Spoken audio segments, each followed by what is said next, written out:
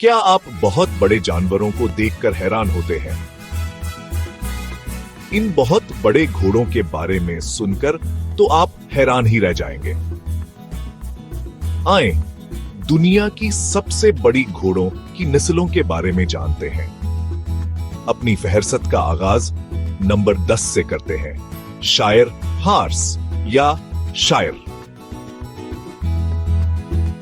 अगला है क्लाइड्सडेल, जो अपनी ताकत और जसामत के लिए मशहूर है। नंबर 8 पर हमारे पास परचरून है, जो फ्रांस की एक ताकतवर नस्ल है। इसके बाद बेल्जियन ड्राफ्ट है, जो भारी बोझ खींचने के लिए जाना जाता है। नंबर 6 पर सफोक पंच है, एक खूबसूरत और मजबूत घोड़ा। कहने डच ड्राफ्ट नंबर 5 पर आता है, बड़ा और पुरस्कोन। नंबर 4 पर ऑस्ट्रेलियन ड्राफ्ट है, जो बहुत मजबूत और काबिले भरोसा है। तीसरा नंबर जेटलैंड का है, डेनमार्क का एक नरम मजाज दीवकामत घोड़ा।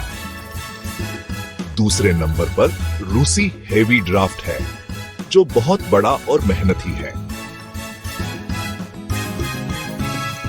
और आखिर में इन सब में सबसे बड़ा इंग्लिश शायर। किस दीवकामत घोड़े ने आपको सबसे ज्यादा हैरान किया?